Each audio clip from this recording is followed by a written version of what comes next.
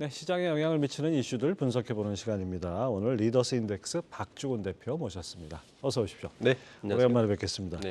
자, 오늘 아침에 이 드디어 양도세 완화가 네. 발표가 됐는데 이 뭐 기다리고 기다리던 이렇게 표현해야 될 것 같아요. 네. 왜 이게 연말이 임박해서 하나요? 이거 영향이 좀 있을까요? 영향이 있을 거라고 냄새만 그냥 연기만 풍기고 예. 아까 말씀하신 대로 그냥 드디어입니다. 그러니까 이게 한 달 전에 했으면 사실 예. 효과가 컸었죠. 그렇죠. 산타렐리아 맞물려서 굉장히 효과가 컸을 텐데 오늘 발표했단 말이에요. 그 내년 1일 1일부터 시행한다. 이틀 남았습니다. 예. 내일하고 26일 다 이틀 동안 이걸 해야 되는데 우선 뭐 그 기존에 이 10억은 10억이라는 그 금액 자체가 대주주라고 보기에는 좀 어렵다는 요건이 계속 있어 왔어요. 그렇죠. 네, 그리고 예. 일반 개인 투자자가 늘어나면서 이거 상향 또 양도차익이 꽤 커요. 20%란 말이에요. 10억이 20%니까 항상 연말만 되면 이 양도차익 20%안 늘려고 계산을 하겠죠. 20% 수익보다 낮으면 그래서 10억 이상 가진 분들은 나머지를 다 팔려고 일단 팔아놓고 보는 거죠. 그리고 다시 사든지 하는데 이 이야기를 계속 꺼내다가 사실 따지고 보면 지난 12일 날까지만 해도 예. 추경호 부총리가 없다, 안 한다고 뭐 이야기했습니다. 안 하는 쪽으로 좀 예, 이렇게 그때 시사를 갔다가 했죠. 예. 갑자기 18일 날 대통령실에서 한다고 이야기를 했다가 이제 오늘 발표했단 말이에요. 그러니까 시장에 혼란만 주고 결론적으로는 시장에는 큰 영향을 주지도 못하고 뭐 이런 꼴이 된 거죠. 중요한 건 타이밍이었다. 그러니까 정책은 타이밍인데 왜 이렇게 뒷북을 친 겁니까? 지금이 이제 그 추경호 부총리가 후임이 정해진 예. 상태잖아요. 그러니까 사실은 이게 뜨거운 감자였거든요. 예. 공매도와 함께 사실은 자본시장이 뜨거운 감자였는데 공매도는 이미 이제 풀었고 이것도 총선용 아니냐라는 이야기가 나왔었죠. 사실은. 예. 그러다 보니까 추경호 부총리는 대선에 내년에 총선 나가지 않습니까? 그런 짐을 떠안기 싫었던 것 같고. 네, 욕먹기 싫고. 예. 그러니까 새로운 분은 그걸 털어내고 들어오고 싶고 이런 약간한 시간의 차이 이런 것들 정책의 약간 딜레로 뭐 결론 지어진 게 아닌가 싶습니다.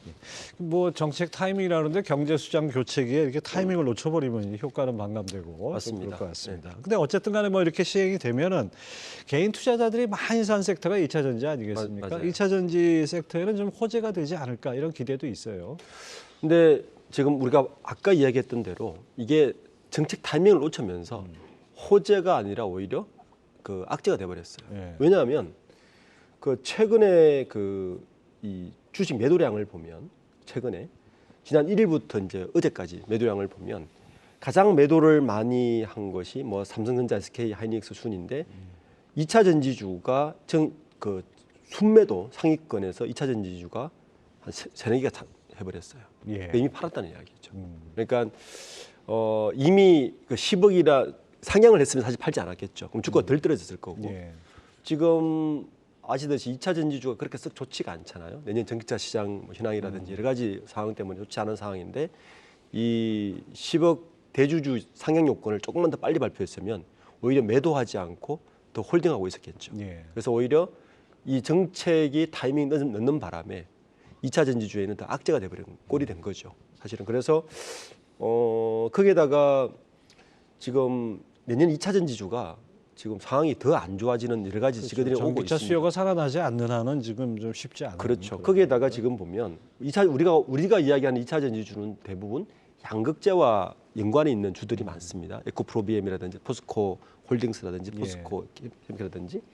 근데 여기 보면 11월 달에 이제 이 수출량을 보면 굉장히 많이 줄었어요. 11월 달에 보면 전월 대비해서 12.4%, 양극재는 10.4% 줄고 10% 이상 뭐 지금 다 감소를 했는데 이거는 2021년 11월 그러니까 2년 전 대비해서 지금 최저치를 기록했습니다. 예. 거기에다가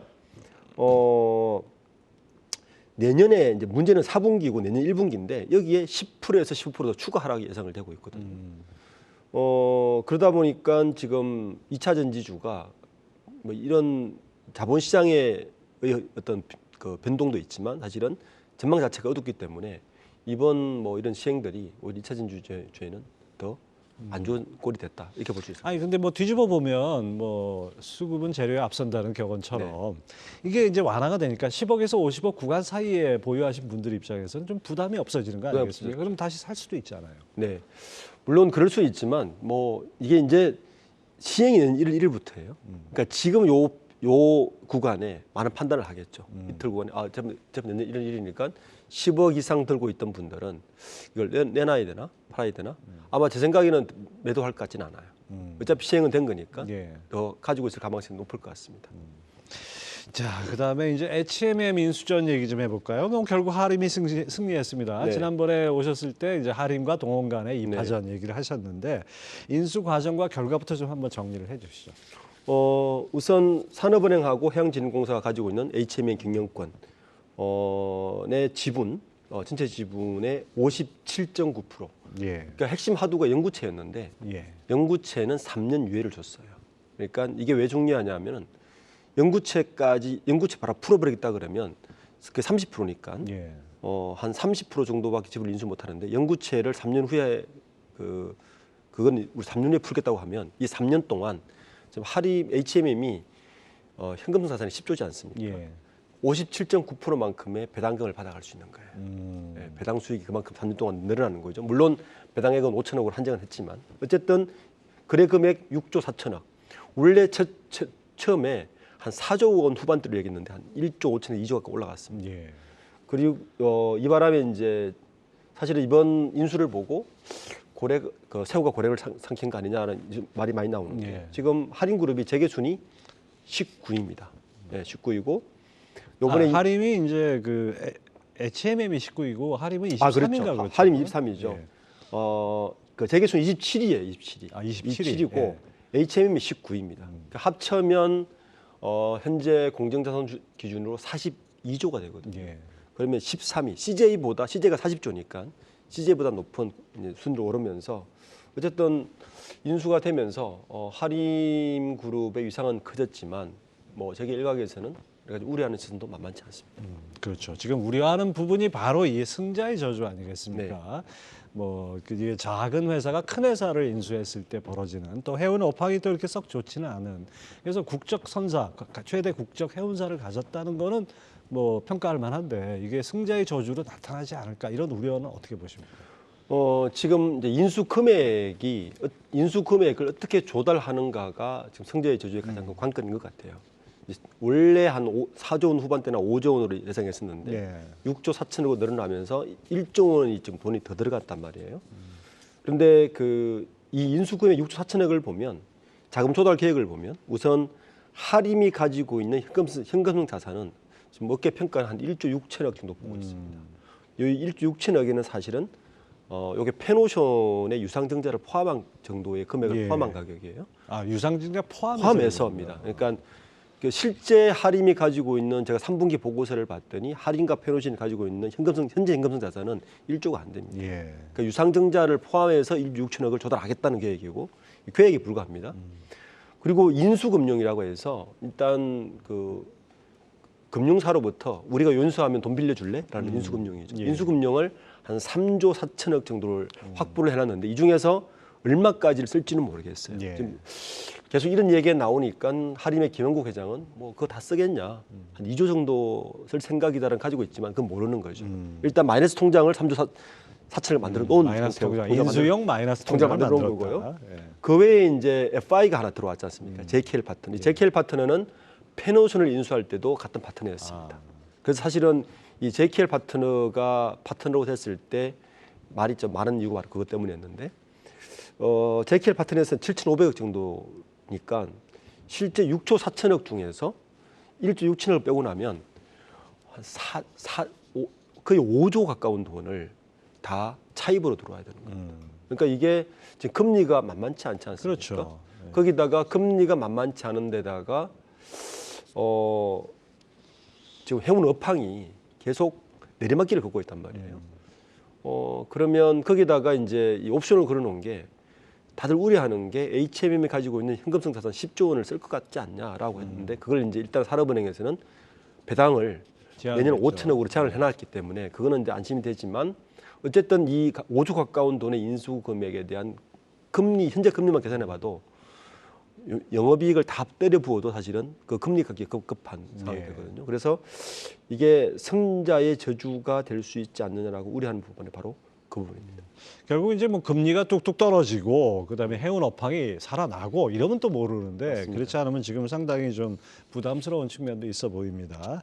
어쨌든 간에 이제 하림이 우선 협상 대상자가 됐다 그러니까 하림 지주나 하림 같은 경우에는 뭐 HMM도 마찬가지고 주가가 좀 어제까지 괜찮았어요. 네. 근데 페노션은 앞서 말씀하신 그 유상증자 때문인가요? 상당히 주가가 약세였는데 네. 이게 부담이겠죠, 아무래도. 그렇죠. 요거는 사실은 그 할인그룹이 HM을 인수했을 때 지배 구조가 어떻게 되는가를 봐야 요 구조가 좀 이해되는데 우선 할인그룹은 지주사예요. 현재 공정거래법에 보면 할인그룹은 그 직접 페노션을 HM 인수 못합니다. 그러니까 SPC를 하나 만들어서 SPC하고 페노션을 합쳐서 거기서 인수를 해서 SPC를 합병을 해야 되는 이런 지배 구조로 바꿔야 예. 되는데 그러다 보니까 이 전체 지배 그러면 지배 구조 어떻게 되냐면은 할인 지주가 있고 할인 지주가 페노션을 지배하고 페노션이 HM을 지배하는 구조로 아마 가야 될 거예요. 예. 그러면 현재 지주법상 그 자회사가 아니고 손자회사지 않습니까? 손자에서는 100%. 손자회사는 상장상 30%까지 상장사는 30%를 인수를 해야 되기 때문에 그렇게 따지보면 페노션이 HMM의 지분 30%를 가져와야 되니까 2조가 필요합니다. 그래서 페노션이 실제 돈은 한 3조 3천억이 필요하단 말이에요. 30%면. 그럼 이 3조 3천을 어떻게 마련할 것이냐를 계산해 봤더니 방법은 유상증자밖에 없다. 근데 지금 김은국 회장 그 페노션 유상증 때문에 페노션 지금 주가가 계속 떨어지고 예. 있는데 페노션의 유상증자를 우려하니까 이제 김은국 회장이 이제 언론에 한 말은 페노션 유상증자에서 할인 지주가 한 반 정도 들어가고 개인이 한 반 정도 들어올 것이라고 지금 예상을 하고 있는데 사실 그거는 들어가봐야 아는 거고요. 그렇기 때문에 그 페노션이 이 유상증자로 인해서 주가 하락은 불가피할 것 같습니다. 일단 기본 지전 주주들이 희석되는 건 분명한 거니까요. 그리고 이 할인 주주가 그 1조 6,400억을 이제 유상증자를 실시할 때 페노션에다가 납부해야 되는 건 이게 1조 6,400억이에요. 예. 이렇게 되면 지금은 할인 주가가 오르지만 이 유상증자가 막상 발표됐을 때 1조 6,400억을 납부해야 되는 할인의 주가도 저는 만만치 않게 영향을 받을 것 같다. 지난번에 나오셨을 때 이 할인이나 동원이 현금 동원력이 이게 좀 한계가 있다 이런 얘기를 하셨는데 바로 그 점이 어떻게 보면 이 인수전에 그 앞으로 넘어야 할 산이 아닌가 생각이 맞습니다. 됩니다. 또 하나 이제 그 시장에서 우려하는 부분은 뭐 하림이 원래 모기업 자체가 식품회사, 그러니까 닭고기로 출발한 맞죠. 식품회사지 않습니까? 그런 페노션을 뭐 인수해서 8년 동안 경영하긴 했지만은 해운 사업 경험이 이렇게 많지 않다는 점에서 그 다음에 또 해운 업황도 썩 좋지 않다는 네. 점에서 이 점을 우려하는 부분도 많아요. 맞습니다. 물론 할인 측에서는 우리는 페노션을 운영했다. 페노션을 M&A해서 운영한 그 이력이 있다라고 이야기하지만 방금 말씀하신 것처럼 할인 그룹의 성장사를 보면 사실은 할인이 우리가 닭고기로 이제 유명하죠. 예. 사실은 할인의 메인은 사료죠. 예. 곡물 사료 이게 메인입니다. 곡물 사료를 하다 보니까 어차피 운송을 해와야 돼. 그러니까 벌크산, 벌크사를 예. 인수한 거죠. 그래서 페노션이 된 거고 페노션을 하다 보니까 해운 산업 괜찮아.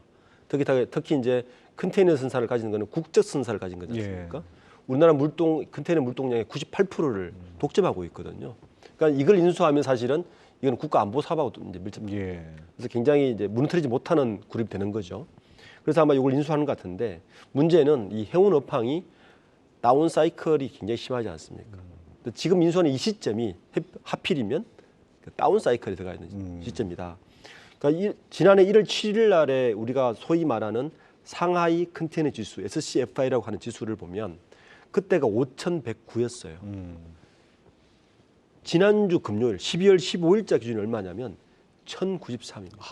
5분의 1로 떨어졌습니다. 그러니까 그 가격 자체가 5분의 1 떨어진 거니까 그리고 이 코로나 특수가 끝나고 글로벌 경기 둔화 그다음에 선박이 공급이 확대가 되었어요.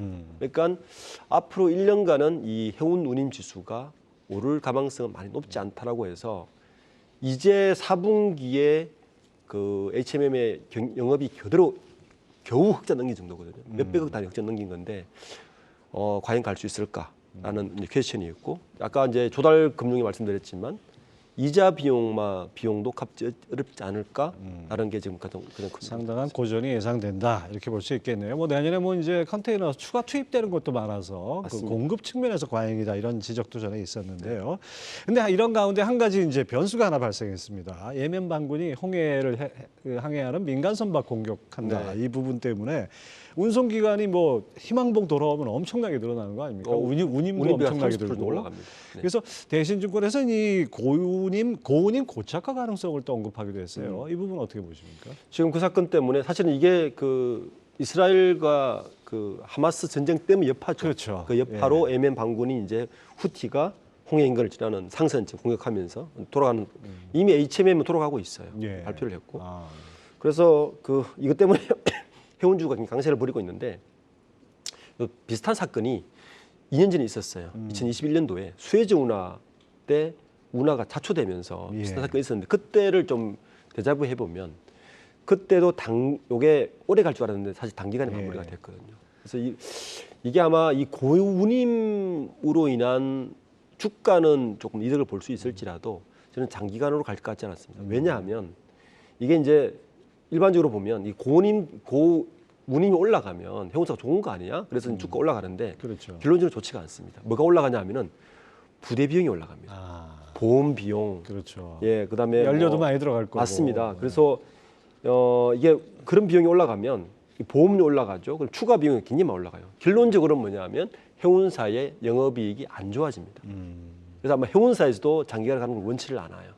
그러니까 원활하게 돌아갈 때 운임이 올라가면 좋지만 그렇죠. 이게 삥 돌아가야 되니까 예. 그만큼 비용 많이 드는 맞습니다. 거고. 그래서 오히려 그 운임을 맡기는 그 선사 말고 그다음에 물동을 맡기는 고객들 입장에서도 이 비용을 같이 상실을 해야 되기 때문에 아마 단기간에 끝날 가능성이 높아서 이 부분이 장기적인 그 상하이 운임 지수를 올리는 촉발제가 될지는 않을 것 같다는 게 전반적인 의견입니다. 영향은 좀 단기적일 가능성이 높다 이런 말씀이. 과거 호르무즈 해협 봉쇄 때는 원유나 천연가스 그 지나는 거 워낙 많다 보니까 가격이 뛰었어요. 이번에는 어떨까요? 이제 그때는 두 가지가 있는데 그 뭐 지금은 이제 전체적인 물동량 자체가 오르는 시기는 맞아요. 연말이기 때문에 오르는 시기는 맞는데 지금 그 물동량 자체가 30% 이상 올랐거든요. 그리고 무역량도 12% 정도 차지하는 그 구간이 전 세계 물동량의 한 12% 정도를 차지해요. 예. 그러니까 그 정도를 가지고 전체가 오를 가망성은 높지 않다고 좀 보고 있는 것 같습니다. 예. 아무튼 이 부분도 계속 지켜봐야 되는데 뭐 하림이 HMM 인수한 것이나 그다음에 이제 이 홍해 여기 여러 가지 변수들 같은 것이 어떤 영향을 미칠지 계속 봐야 되겠습니다. 자, 한파가 아주 이 기승입니다. 네. 오늘 내일 엄청나게 뭐 체감온도 20도가 영하 20도 아래로 내려가는데요. 건설 시장 한파는 이보다 더 춥다고. 맞습니다. 거기다가 또 최근에 또 태형건설 부도설이 네. 돌았어요. 네. 원인은 PF죠. 프로젝트 파이낸싱이고 이게 업계에서는 꽤 오래 전부터 우려를 표했습니다. 사실은 연초부터 올 연초부터 표시했는데 그렇죠. 사실은 이게 폭탄을 계속 미룬 거 아니냐는 이제 정부 당국의 그 대처도 사실 좀 비판을 받고 있고 뭐 총선 때문에 미룬 거 아니냐는 일각 이야기도 있을 정도로요. 어쨌든 태형건설이 꽤 건설 순위가 높죠. 도급 순위가. 그렇죠. 예, 현재 태형건설이 꽤 높은데 요게 그 채무보증금액 400억을 18일에 만기를 하기로 했는데 만기를 못할 거라고 우려가 있었는데 다행히 롤오버를 했습니다. 예. 그러니까 10일 정도, 28일 정도 연장을 했는데 문제는 태형건설 막상 열어보니까 그거 자체의 문제가 아니라 훨씬 구조적인 심각한 문제가 있다라고 지금 업계는 보고 있어서 이게 태형건설발, PF발 그 도산 우려가 현실화되는 것이 아니냐라고 상당히 우려하고 있습니다. 태형 정도 규모가 만약에 진짜 문제가 생긴다 그러면 이 상당히 도미노 효과가 있을 것 같은데요.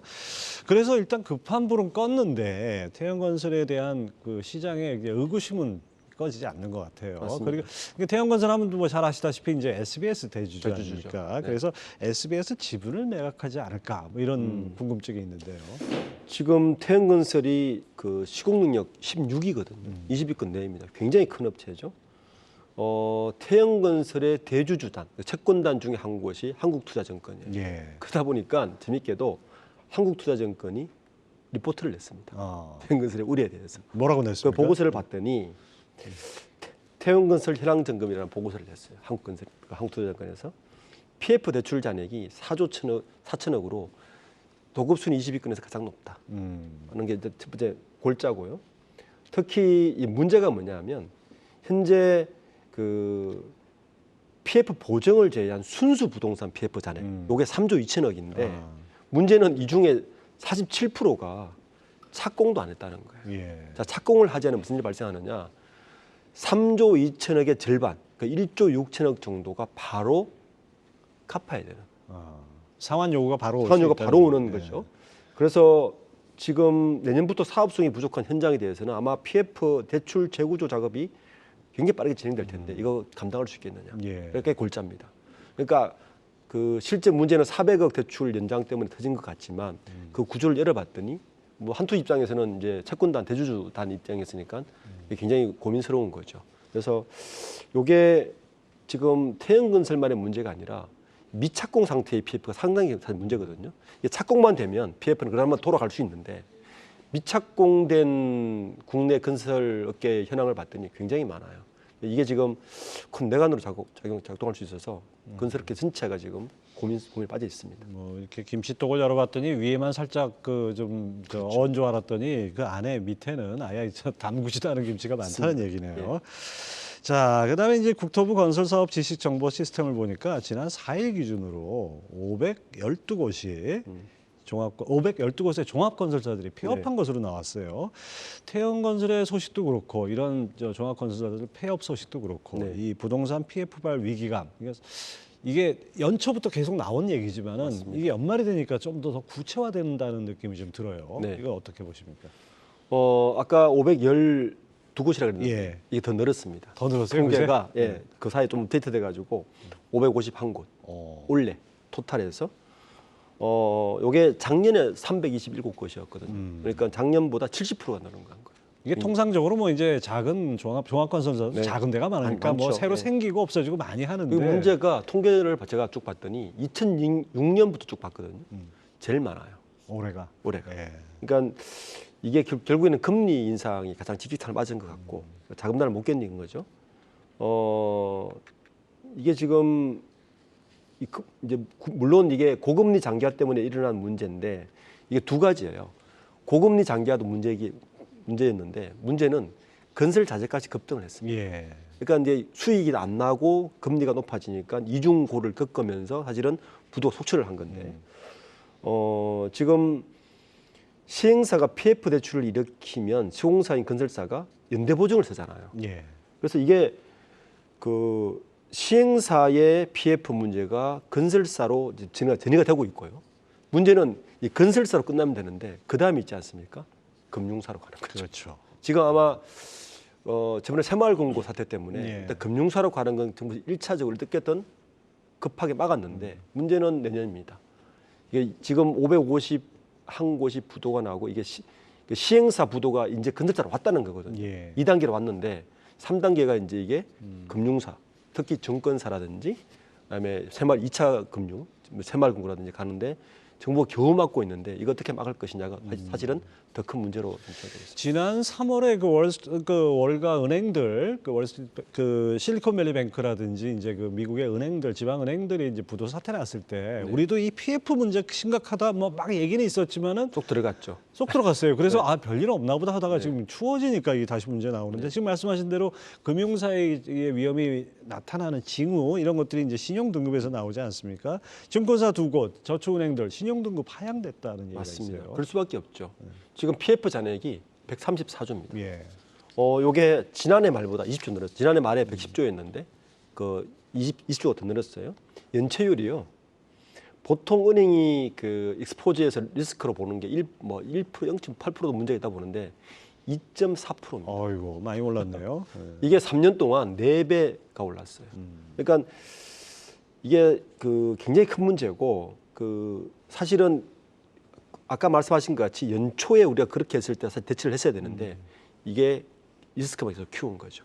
예. 잠재 부실만 키운 거고 이래 되니까 문제는 그때만 막았어도 건설사까지 와는 것들도 막을 수 있었고 금융사까지 오는 것도 어느 정도 막을 수 있었는데 이 계속 키우면서 결국에는 건설사 이미 왔고 이제 아마 금융사 남은 거죠.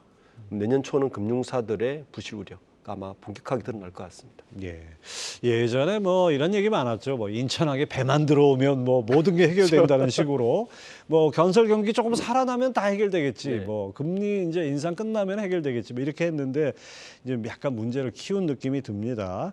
어쨌든 간에 이제 부동산 PF 위기감이 커지니까 금융당 분위기도 좀 달라진 것 같아요. 요즘 최근 들어서 자기 책임, 시장 원칙 이런 단어 강조하는 거 보면 뭔가 좀 손을 대겠다는 얘기 아닌가 싶어요. 맞습니다. 금당국이 미루다가 이제 입을 연 것 같습니다. 그러니까 지금 이복현 금융감독원장 최근에 그 말을 좀 보면 사업 승인 미비하거나 자산 감축 등 특단의 조치가 없이 재무적 연속성에 문제가 있는 건설사는 앞으로 퇴출하겠다는 말을 드디어 열었습니다. 그러니까 건설사에서 막아보자는 거예요. 그러니까 PF 부실은 이미 일어난 거고 금융까지 오기 전에 한번 막아보자는까지 정도 온 것 같습니다. 예. 아무튼 이 문제 어떻게든 잘 정리를 해야 되는데 우리가 과거 외환위기나 뭐 금융위기 이렇게 부실기업 정리해 본 경험들이 있기 때문에 과거하고는 좀 다르게 어떻게 좀 스무스하게 가지 않을까 기대도 합니다.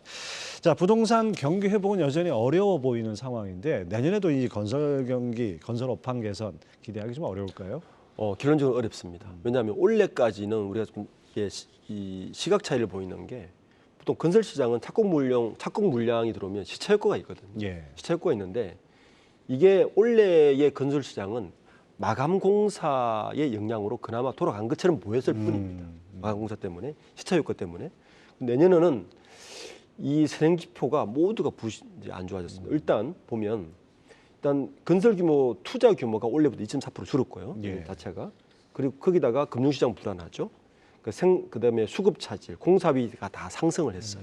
그러다 보니까 내년의 선행지표는 올해보다 확실히 더 안 좋아졌고 우선 3분기 기준으로 보면 전년 동기 대비해서 수주, 허가, 착공 이 세 가지를 보면 수주가 26% 줄었고 허가도 5% 줄었고요. 근데 착공은 40%가 줄었어요. 아이고. 예. 그러니까 이 정도 줄었으면 내년에는 건설 경기 침체가 본격적으로 올 것 같다.